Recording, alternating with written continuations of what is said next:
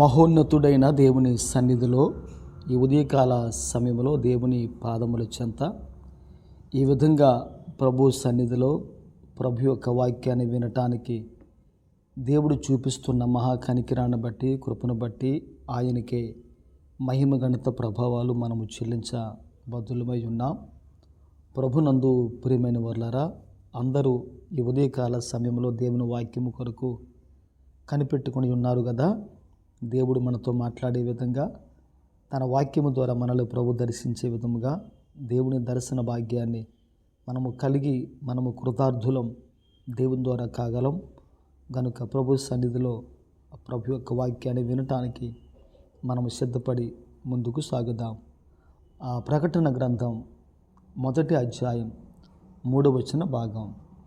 ఈ ప్రకటన గ్రంథం 1వ అధ్యాయం 3వ వచన భాగాన్ని మనము లేఖన భాగంలో చూడగలిగితే, సమయము సమీపించినది కనుక ఈ ప్రవచన వాక్యములు చదువువాడును వాటిని విని ఇందులో వ్రాయబడిన సంగతులను గైకొనవాడును ధన్యులు అని చెప్పి బైబిల్ గ్రంథం ఈ విధంగా సెలవిస్తూ ఉందన్నమాట.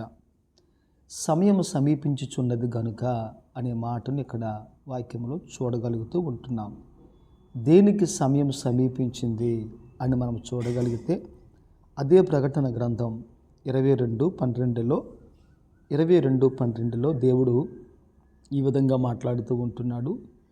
ఇదిగో త్వరగా వచ్చుచున్నాను, వాని క్రియల చొప్పున ప్రతి వానికి ఇచ్చుటకు నేను సిద్ధపరిచిన జీతము నా యొద్ద ఉన్నది అని చెప్పి ఆ విధంగా దేవాది దేవుడు మాట్లాడుతూ ఉంటున్నాడు. దేవుడు త్వరగా ఈ లోకానికి ఆయన వచ్చుచున్నారు కనుక ప్రతి వ్యక్తి కూడా దేవుని కొరకు పనిచేసిన వారికి వారి క్రియలు చొప్పున జీతాన్ని దేవుడు తీసుకొని ఆయన వచ్చుచున్నాడు అని చెప్పి వాక్యం ఆ విధంగా సెలవిస్తూ ఉంది. అనగా క్రీస్తు ప్రభులు వారు ఈ లోకానికి రావడానికి సమయం సమీపించింది అని ఈ వాక్యం మనకు ఆ విధంగా తెలియపరుస్తూ ఉంది.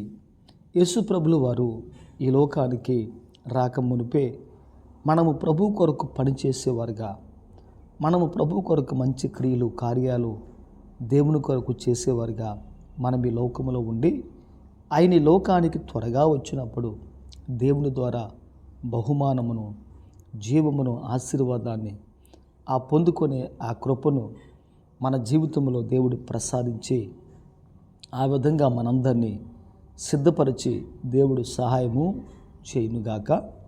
ఆ తర్వాత మన వాక్యములో చూడగలిగితే, ఈ ప్రవచన వాక్యములో చదువువాడు, వినువాడు, గైకొనివాడు ధన్యుడు అని ఈ వాక్యములో ఈ మాట మనం ఆ విధంగా చూడగలుగుతూ ఉంటున్నాం. దేవుని వాక్యం వింటే ఆశీర్వాదం.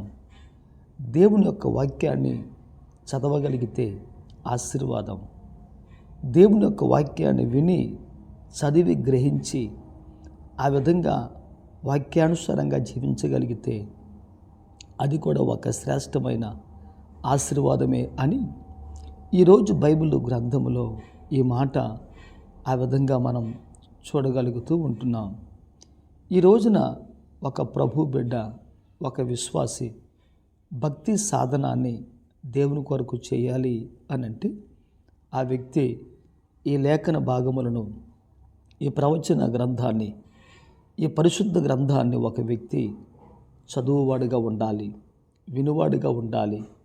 ఆ వినిన వాక్య ప్రకారంగా గైకొన్న వారిగా ప్రతి వారు కూడా ఈ లోకములో ఒక విశ్వాసులుగా ఉన్న మనం జీవించాలి అని ప్రభులు వారు ఆ విధంగా కోరుకుంటూ ఉంటున్నారు. అనేక మంది దేవుని కొరకు దాన ధర్మాలు, గొప్ప కార్యాలు, మంచి కార్యాలు, ఘనమైన కార్యాలు చేసిన వారిని దేవుడు మెచ్చుకున్నాడు. బలా నమ్మకమైన మంచి దాసుడా, మంచి దాసురాలా అని చెప్పి దేవుడు ఆయా సందర్భాలలో అనేక మందిని దేవుడు మెచ్చుకొని ఘనపరిచి హెచ్చించిన విధానం మనం బైబిల్లో చూడగలుగుతూ ఉంటున్నాం. అయితే ఈ రోజున మనము ప్రభు కొరకు గొప్ప కార్యాలు చేయలేకపోయినా మనము ప్రభు కొరకు గొప్పగా జీవితంలో జీవించకపోయినా ఈరోజు మన జీవితం మాత్రం దేవుని సన్నిధిలో ఆయన వాక్యముతో మనకు ఉన్న ఆ సంబంధం, ఆ సహవాసం ఎట్టిదో, ఏ విధమైనదో ఈరోజు ప్రభు నీలో నాలో చూడాలి అని దేవుడు ఆ విధంగా కోరుకుంటూ ఉంటున్నాడు. అనేక మంది వింటారు, వినుని ప్రకారంగా జీవించరు. అనేక మంది చదువుతూ ఉంటారు జ్ఞానయుక్తంగా, ఆ చదివిన వాటిలో ఉన్న ఆ సామరస్యాన్ని అనేక మంది గ్రహించరు. అనేక మంది చదివి విని, అనేక మంది పఠించి విని, అందులో ఉన్న ఆ లేఖన భాగాల యొక్క సారాంశాన్ని కొన్ని సందర్భాల్లో చాలామంది గ్రహించిన వారిగా ఉంటారు. లేఖనాలు పరిశోధించని మందమతుల వలె యేసు మనతో ఉన్న, యేసు మనతో మాట్లాడుచూ ఉన్న, యేసు మనతో సహవాసం చేస్తూ ఉన్న కొన్ని సందర్భాల్లో మనము దేవుని మాట గ్రహించిన వారిగా ఉండి, కొన్ని సందర్భాల్లో మన మానసికమైన స్థితి, మన సమస్యలు, మన బాధలు, మన ఇబ్బందులు, మన కష్టాలు దేవుని యొక్క వాక్యము దగ్గరికి వెళ్ళి చదివే విధంగా, వినే విధంగా, దేవుని యొక్క సన్నిధిలో గ్రహించే విధంగా అవేవి మన జీవితంలో ఆ విధంగా అవి చేసే విధంగా దోహదపడవు. ఎందుకు అని మనం ఆలోచన చేయగలిగితే వాక్యం అంటున్న మాట ఏంటంటే, భక్తుడు అంటాడు ఈ విధంగా, నాకు వినుబుద్ధిని పుట్టించండి ప్రభువా అని భక్తుడు మాట్లాడుతూ ఉంటున్నాడు.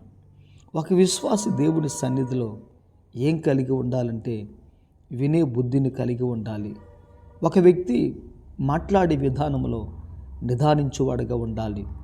ఒక వ్యక్తి వినుటకు వేగిరపడువాడుగా ఉండాలి అని దైవవాక్యం ఆ విధంగా సెలవిస్తూ ఉంది. వినాలి, వినుటకు వేగిరపడాలి, దేవుని వాక్యం చదవాలి, పఠించాలి, ఆ ప్రకారంగా జీవించాలి.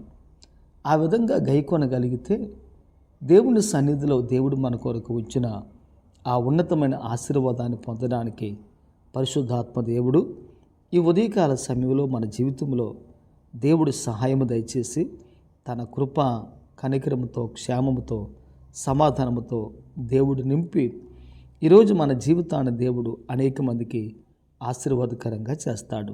ప్రభునందు ప్రియమైన దైవ జనాంగమా, ప్రతి ఉదయకాల సమయంలో కూడా అనుదిన ఆహారం అనే ఈ కార్యక్రమాన్ని మీ అందరి యొక్క ఆధ్యాత్మిక జీవిత క్షేమాభివృద్ధి కొరకు ప్రారంభించున్నాం. ప్రతి వారు కూడా తప్పనిసరిగా ఈ వాక్యాన్ని విని దేవుని చేత దీవించబడి ఆశీర్వాదాన్ని పొందుకోండి. ప్రతి ఉదయకాల సమయంలో కూడా మీ వద్దకు వచ్చుచున్న ఈ వాక్యాన్ని ప్రేమించండి, ఆస్వాదించండి, అంగీకరించండి.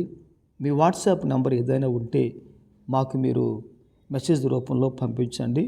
మా వాట్సాప్ నెంబర్ 9441749514. ఇది మా వాట్సాప్ నెంబర్ కనుక మీకు ఎవరికైనా ఈ యొక్క సందేశాలు కావాలి అని అనుకుంటే ఈ సందేశాలు మీకు పంపించబడతాయి కనుక దయతో మీరు జ్ఞాపకం చేసుకొని ఈ ఆత్మీయ సందేశాలు ఇమ్మానుయేలు సహవాసము ద్వారా అందించబడుతున్న ఈ మంచి ఆత్మీయమైన సందేశాలు మీకు కూడా కావాలంటే మీరు మా నంబర్కి ఒక్కసారి మీరు మెసేజ్ పెట్టినట్లయితే మేము మీ కొరకు ఈ సందేశాలను మేము పంపించగలం కనుక మీరు జ్ఞాపకం చేసుకోండి. మీ అందరినీ ఈ ఉదయకాల సమయంలో దేవుడు దీవించి ఆశీర్వదించునుగాక. Praise the Lord, praise the lord.